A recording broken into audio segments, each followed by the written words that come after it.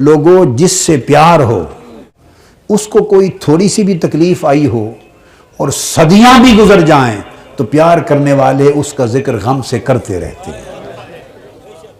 لوگ کہتے ہیں، میں مثال دے رہا ہوں، لوگ کہتے ہیں بس سیدہ زینب کا ذکر کیوں کرتے ہو واقعہ کربلا میں؟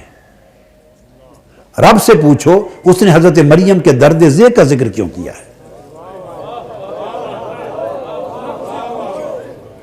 صدیوں پہلے ایک بات بھی تھی،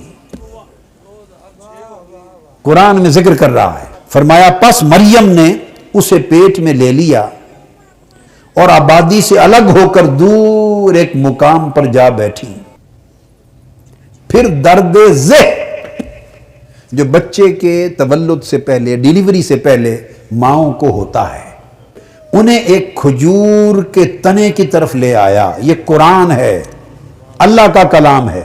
حضرت مریم کا درد ذہ اللہ پاک بیان فرما رہا ہے۔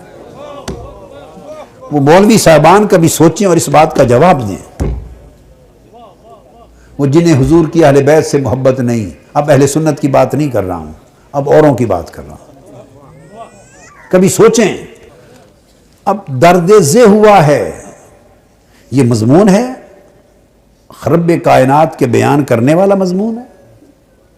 ماں باپ بھی گھر میں بچے ہوں یا اگر تذکرہ کر رہے ہوں نا واقعے کا، تو اس لفظ کو تو وہ بھی یوز نہیں کرتے، تکلیف ہوئی کہہ کے گزر جاتے۔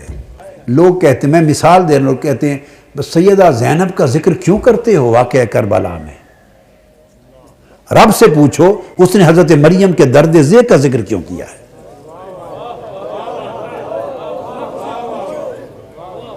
تم حضرت سیدہ سکینہ کا ذکر کرتے ہو کہ سیدہ سکینہ نے گھوڑوں کی پاؤں ٹانگیں پکڑ لی کہ بابا آگے نہیں جانے دوں گی۔ کیوں باتیں، یہ کیا باتیں ہیں؟ اس سے کیا نکلتا ہے؟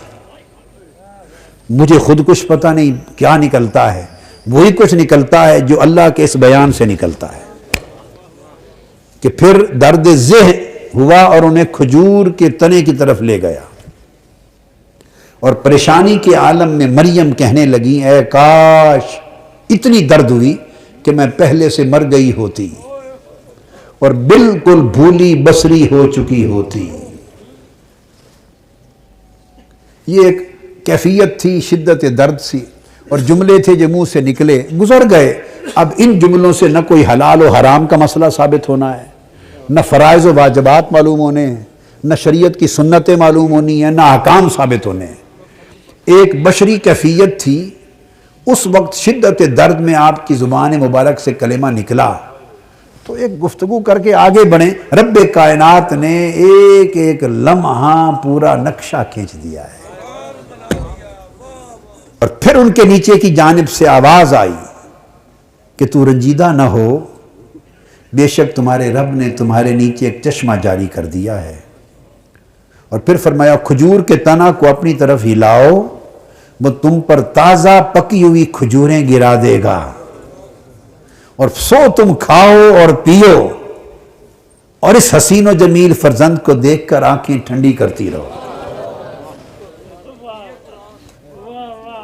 یہ بیان ہو رہا ہے قرآن کا۔ اس سارے بیان میں کتنے فرض ثابت ہوتے ہیں، کتنی سنتیں، شریعت کے کتنے احکام۔ یہ کیا ہے؟ اگر کوئی پوچھے اس پورے بیان کا اللہ کے ہاں مقصود کیا ہے؟ صرف محبوبوں کا ذکر ہے، محبوبوں کا ذکر ہے، اور ان کی تکلیف، اس کے غم کا اظہار ہے۔ اس کو بھی اگر پڑھ لو نا، فَأَجَاءَهَا الْمَخَاضُ إِلَى جِذْعِ النَّخْلَةِ، پھر درد ذہ انہیں کھجور کے تنے کی طرف لے گیا، اس پر بھی سینکڑوں نیکیاں ثواب، اس کے پڑھنے تلاوت پر بھی۔ اللہ نے قرآن کا حصہ جو بنا دیا۔